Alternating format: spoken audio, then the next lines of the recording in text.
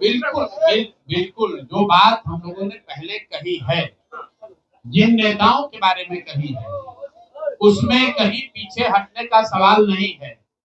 मैंने आपको कहा था कि प्रेस के जरिए उसको बताया गया, ये अपेक्षा की गई कि सरकार के जो मुखिया है उस पर एक्शन लेंगे, उन्होंने एक्शन नहीं लिया। दूसरा, जनता की अदालत में गए, जनता ने भी उन्हीं नेताओं को फिर से जिताकर भेज दिया। कई लोग जिन पर इसी जगह पर मैंने आरोप लगाया है, जिनके आरोपों की बात कही गई है, उनको जनता ने भारी मत से जिताकर भेजा है। तो भाई अब जिम्मेवारी है सरकार के मुखिया के तौर पर नीतीश कुमार जी ये तय करें कि वो लोग सरकार के हिस्सा होंगे कि नहीं होंगे। अगर होते हैं तो निश्चित तौर पर जनता के बीच में भी उनके खिलाफ जाएंगे और जहां जरूरत पड़ेगी कोर्ट में भी जाएंगे। 70,000 के सीएजी के मामले में जो सीएजी ने 70,000 रुपए के अनअकाउंटेड मनी की बात कही है, उस पर ऑलरेडी जन सुराज हाईकोर्ट में रीट हम लोगों ने फाइल किया हुआ है।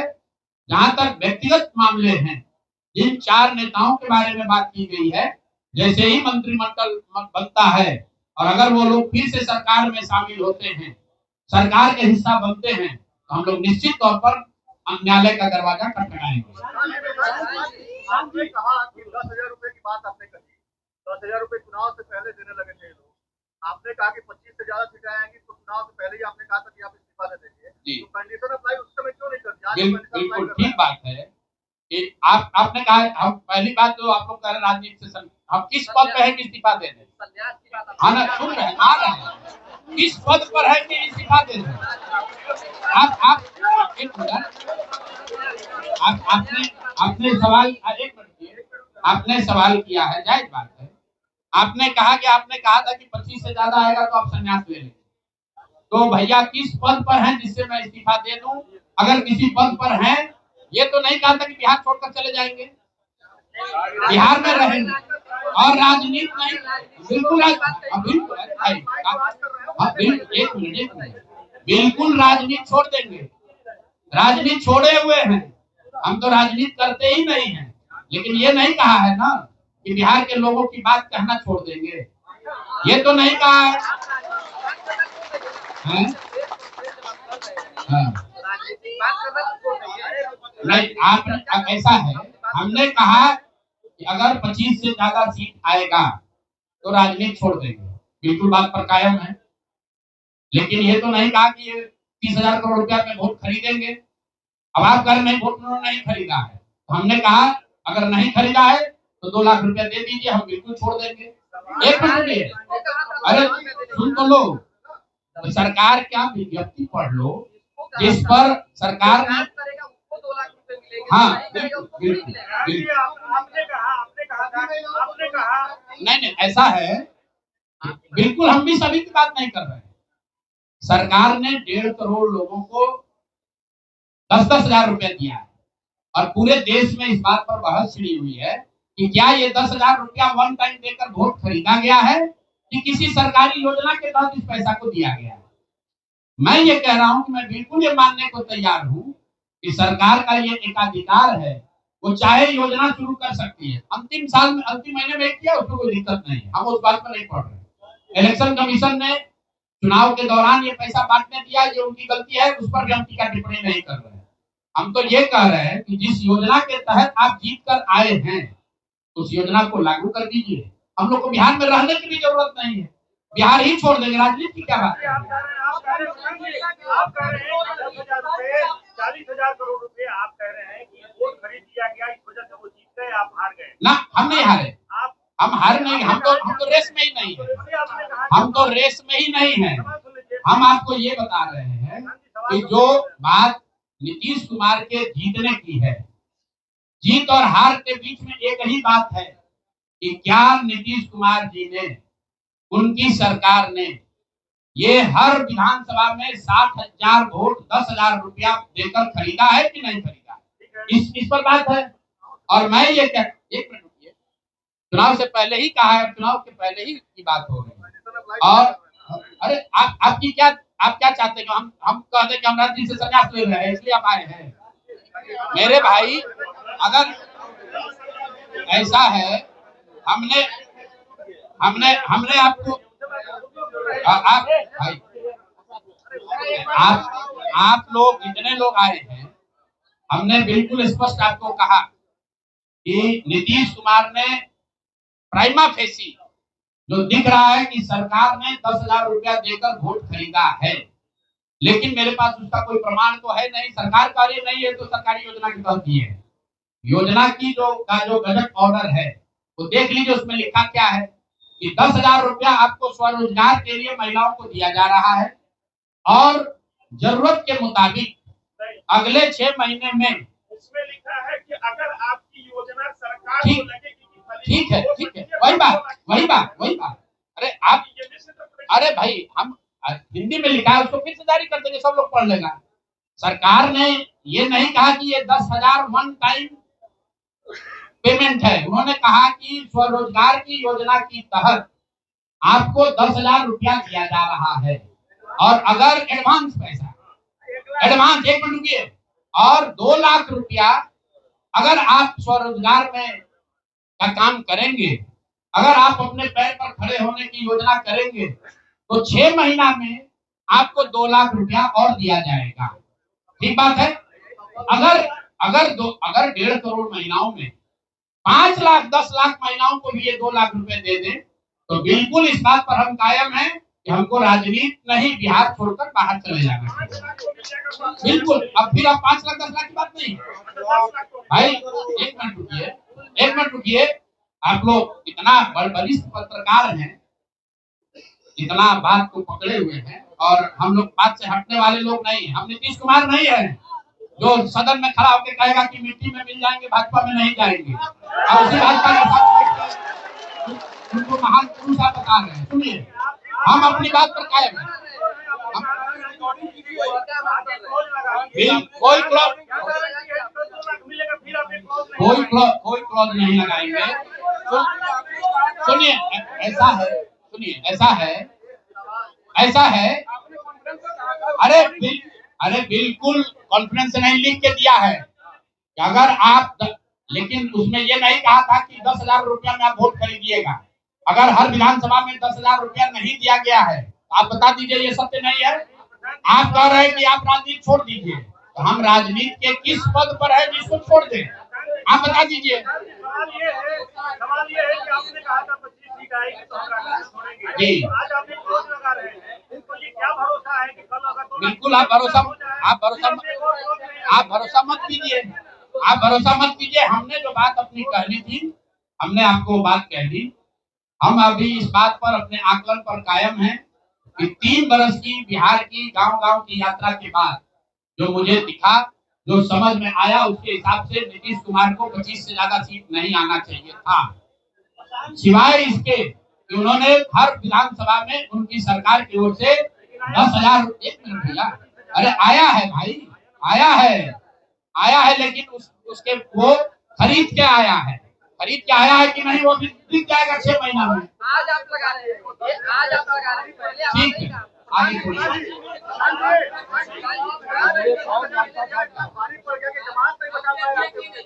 बिल्कुल। ये हमने आपको अपने वक्तव्य में कहा कि हम लोग बिल्कुल असफल साबित हुए।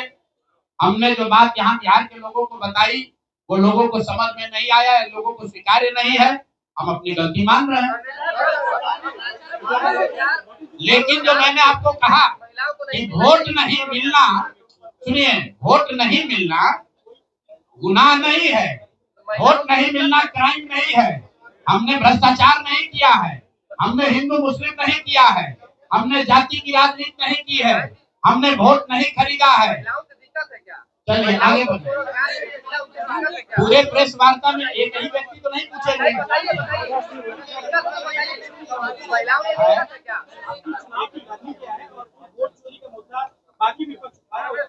मैं वोट चोरी के मुद्दे पर हम लोग का स्टांस जो है वो बिल्कुल क्लियर है पहले दिन से। ये बिहार का मुद्दा नहीं है। जो चुनाव की पूरी प्रक्रिया है उसमें वोटर लिस्ट बनने से लेकर आचार संहिता के अनुपालन का, वोटिंग के दिन के, जैसे यहाँ पर आप जीविका की दीदियों को बाकायदा आपने मोबिलाइजर बनाकर सरकारी व्यवस्था के तहत बूथ में बैठाया है।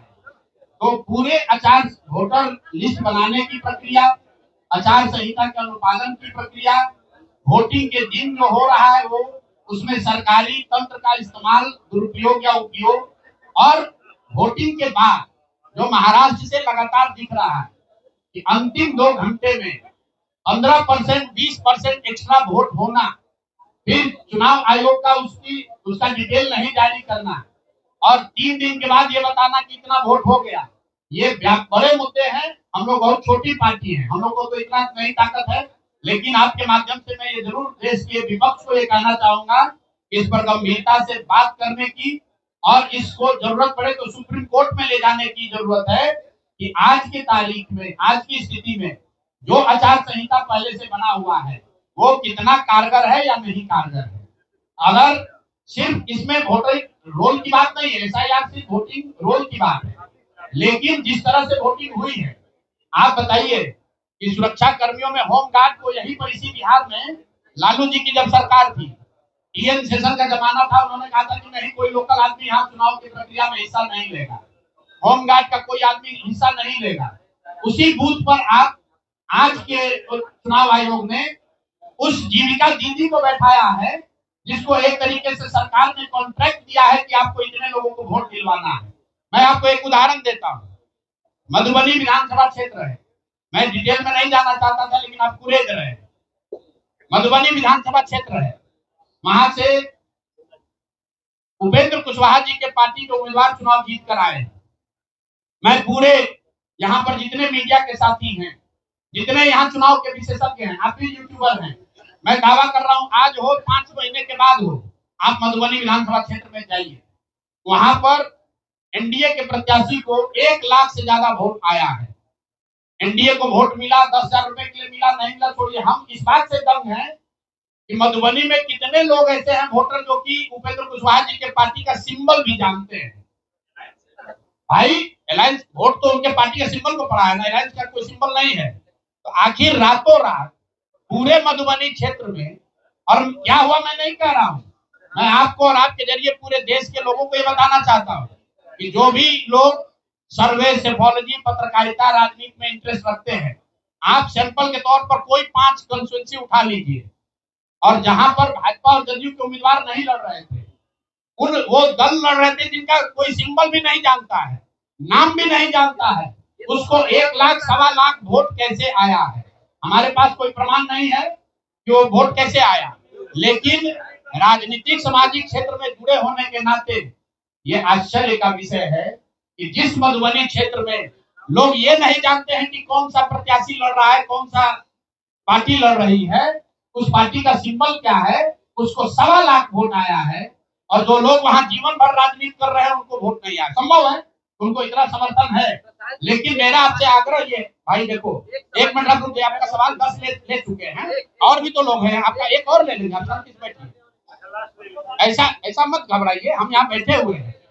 और मेरा आपसे अनुरोध है, मैं कोई आरोप नहीं लगा रहा हूँ, लेकिन मधुबनी जैसे 5 सीट का मैं आपको हवाला देना चाहता हूँ, जहां पर चुनाव के 12 दिन 15 दिन पहले ये तय हुआ कि कौन पार्टी चुनाव लड़ेगी, उस पार्टी का नाम कोई नहीं जानता है, उसका सिंबल कोई नहीं जानता है, और 1,20,000 वोट अगर किसी विधानसभा में आ रहा है, इसका मतलब है कि हर घर से 2 से 3 वोट आया है।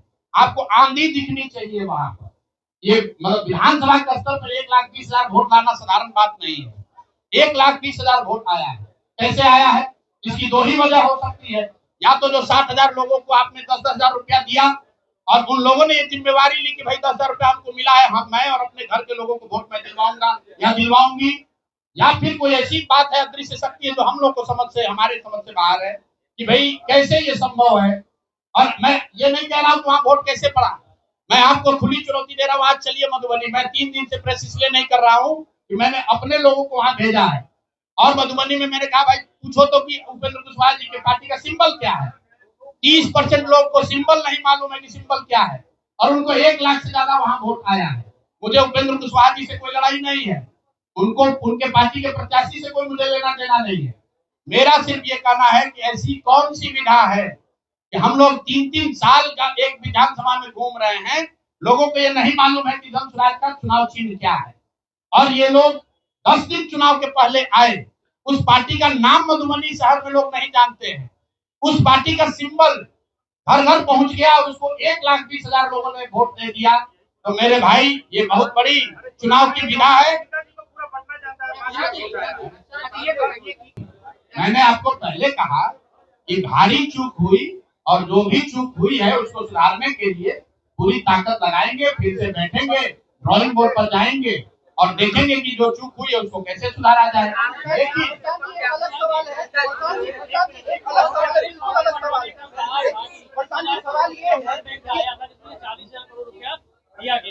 नहीं, जो टोटल पैसा सरकार ने अनाउंस किया है सितंबर अक्टूबर में, अगस्त और सितंबर को अगर आप जोड़ लेंगे तो कुल 18 योजनाओं की सरकार ने घोषणा की है। उसमें कोई गलती नहीं है। चुनाव के समय जो सत्तारूढ़ पार्टी होती है वो नए योजनाओं की घोषणा वो करते ही है। कुल जो सरकार ने घोषणा की, यहाँ फ्री इलेक्ट्रिसिटी से लेके युवाओं को बेरोजगारी भत्ता, 10,000 रोजगार के लिए, सारी बातें ठीक है। इसका टोटल बजट हुआ 40,000 करोड़। 40,000 करोड़ में से 29,000 करोड़ रुपए की योजना सरकार ने रोल आउट की। 11,000 करोड़ को तो शुरू ही नहीं किया। और इस 29,000 करोड़ में से जो सबसे बड़ी योजना है वो है स्वरोजगार की योजना, जिसमें हर विधानसभा क्षेत्र में 60 से 62,000 परिवारों में एक एक महिला को 10,000 रुपया दिया गया। और ये कहा गया, सिर्फ 10,000 रुपया को लोगों ने वोट नहीं दिया गया, लोगों को ये कहा गया कि अगर आप वोट देते हैं तो आपको आने वाले समय में 2 लाख रुपए तक की राशि स्वरोजगार के लिए मिलेगी। और इसको करने के लिए इसको करने के लिए सरकार ने जीविका दीदी का पूरा जो नेटवर्क है, 1 लाख से ज्यादा जीविका की दीदियों को और आंगनवाड़ी सेविकाओं को, आशा वर्कर को और जो टोला सेवक है, विकास मित्र है, उनको लैपटॉप खरीदने के लिए 25,000 रुपया दिया गया वन टाइम। अब आप बताइए कि जो टोला सेवक है, जो विकास मित्र है, जिसको आपने 25,000 रुपया दिया है, वो जो लैपटॉप या आईपैड खरीदेगा, उससे बिहार सरकार की योजना का दलितों का क्या सुधार होगा, वो सरकार को बताना चाहिए।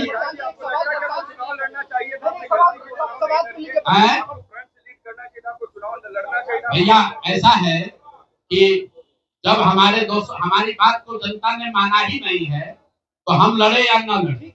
इमरान, एक मिनट रुकिए, आज एक सवाल आपने पूछा या तो जवाब दे ले। इमरान खान ने अपनी पार्टी शुरू की थी पाकिस्तान में, आज से करीब 25-30 साल पहले, और वो खुद पहले चुनाव में 7 जगह से चुनाव लड़े। उनकी पार्टी तो हारी, वो 7 जगह से खुद भी हारी। तो मेरे चुनाव लड़ने नहीं लड़ने का वो एक टेक्निकल बात है, उस पर चर्चा हो सकती है। कुछ लोगों का ऐसा मानना हो सकता है कि मेरे लड़ने से फायदा होता, कुछ लोगों का ऐसा मानना है कि मेरे लड़ने से फायदा है, वो अलग विषय है। मैं तो आपको पहले एक लाइन में स्वीकार कर रहा हूँ कि 3 बरस में जन सुराज ने जो भी प्रयास किया उसको बिहार की जनता ने स्वीकार नहीं किया। ठीक है प्रशांत जी, एक सवाल है। आपने कहा था प्रशांत जी कि जनता से पूछ कर हम टिकट देंगे। आप बिहार को समझ नहीं पाए, इस बात को मानते हैं? बिहार को मैं समझ नहीं पाया, बिल्कुल मान लेंगे, इसमें क्या दिक्कत है। प्रशांत जी, आपने कहा मेरे सुनिए, ऐसा है कि मुझे बिहार की समझ कम है या नहीं है, ये कह देने मात्र से अगर आप बहुत खुश हो जा रहे हैं तो आप खुश हो जाइए। हमको बिहार की समझ नहीं है।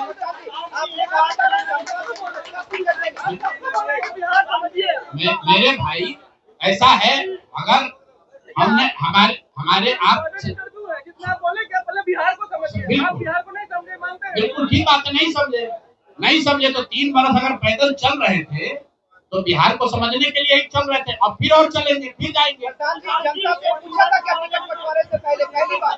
दूसरी बात, कई प्रत्याशियों ने आरोप लगाए, टिकट वितरण पे सवाल खड़े किए थे। क्या लगता है जनता उससे भी डाइवर्ट हुई कि प्रशांत किशोर कहाँ लगे? अच्छा, ऐसा है, कई आरोप, ऐसा है, पूरे महीने, पूरे चुनाव के दौरान मैंने आपको पहले कहा कि हमसे गलती हो सकती है, लेकिन हम लोगों ने गुनाह नहीं किया। आप लोग जो बात कर रहे हैं वो इस अंदाज में बात कर रहे हैं जैसे प्रशांत किशोर ने कोई गुनाह कर दिया। बिहार को सुधारने का प्रयास करके कोई गुनाह कर दिया है और आप लोग आए हैं हमारा यहाँ पर पोस्टमार्टम करने, तो आप लोगों का स्वागत है। रुकिए, एक मिनट रुक जाइए, आप बहुत भारी पत्रकार हैं, 8-9 सवाल कर चुके हैं और लोगों को भी मौका दीजिए, आपका भी सवाल किया जाए। एक मिनट रुक जाइए, अरे रुक जाओ भाई, आप एक मिनट रुकिए। जहाँ तक बात है बिहार को समझने नहीं समझने की, मैं बिल्कुल कैमरे पर आपसे मान रहा हूँ कि मुझे नीतीश कुमार, लालू जी, सम्राट चौधरी, अशोक चौधरी जैसे धुरंधर नेताओं की तरह बिहार की समझ नहीं है। मुझे नहीं समझ है कि बिहार को जातियों के आधार पर कैसे और बांटा जाए। मुझे इस बात की समझ नहीं है कि बिहार को हिंदू मुसलमान के नाम पर कैसे और बांटा जाए। मुझे ये समझ नहीं है कि 10,000 रुपया देकर कैसे वोट और खरीदा जाए। जिनको समझ है वो लोग जीत कर आए हैं और उनको सत्ता मुबारक हो और बिहार की जनता को वो लोग मुबारक हो। आपने कहा कि अरे रुको भाई, अब इनके सवाल का जवाब दे ले। अच्छा, उनके बाद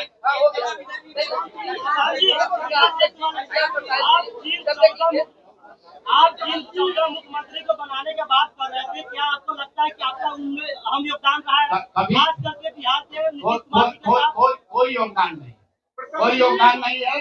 आप लोग जो हम लोग बोलते रहे हैं उसको जाकर देख लीजिए। आपने कहा कि उम्मीदवार गलत चुने हैं। यहाँ जितने लोग बैठे हुए हैं, हमारे बगल में केसी सिन्हा जी चुनाव लड़े हैं कुम्हरार से।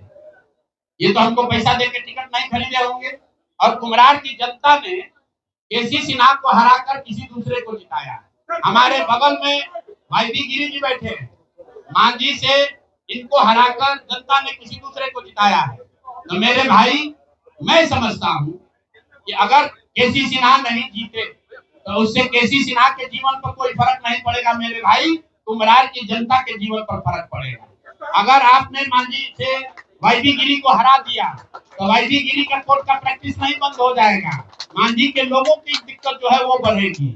लेकिन फिर वही बात है, जनता मालिक है, वो वही चाहते हैं। अगर आप खिचड़ी खाना चाहते हैं तो आपको कोई पुलाव कैसे खिला देगा? आप खिचड़ी खाइए और आनंद लीजिए। लोगों ने आपको वोट नहीं दिया, लोगों का दोष है।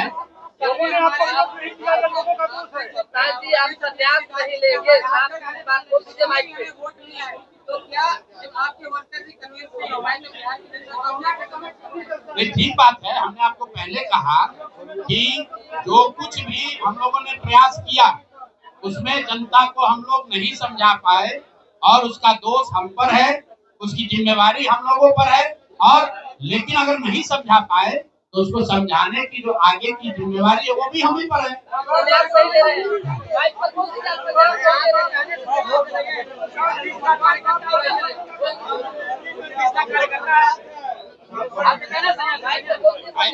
ऐसा है, आप भी बिहार के ही हैं और इतना भी नहीं उद्वेलित होइए, इतना भी मत उछलने लगिए कि जैसे हम लोग सब एकदम खत्म है। आपकी बात को सुन लिया गया, आपको अलग से साक्षात्कार चाहिए।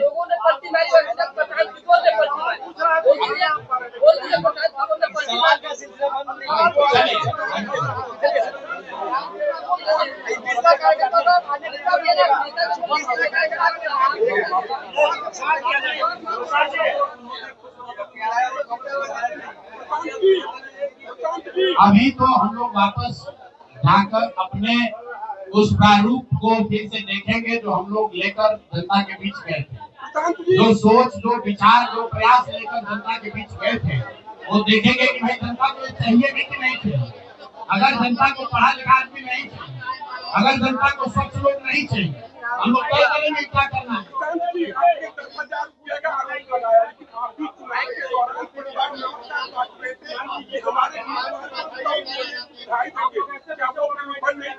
प्रलोभ, देखिए, चुनाव के दौरान वादा करना एक बात है और किसी को रुपया दे देना दूसरी बात है। पहली बार देश के इतिहास में ऐसा हुआ है कि वोटिंग के पहले 2 दिन पहले, 4 दिन पहले आपको बजाबता घर बुलाकर 10,000 रुपया दिया गया है और ये कहा गया है कि आप अगर एनडीए को वोट देंगे, नीतीश कुमार को वोट देंगे तो आपको 2 लाख रुपए तक की और राशि आगे मिलेगी। ऐसा इस देश के राजनीतिक इतिहास में पहले कभी नहीं हुआ है। ऐसा कभी नहीं हुआ है कि आचार संहिता के बाद, आचार संहिता लागू होने के बाद आप एक एक विधानसभा क्षेत्र में 60 से 62 हजार महिलाओं को 10-10 हजार रुपया दे रहे हैं और आप राजनीतिक सुचिता की बात करते हैं। ये बात उचित नहीं है।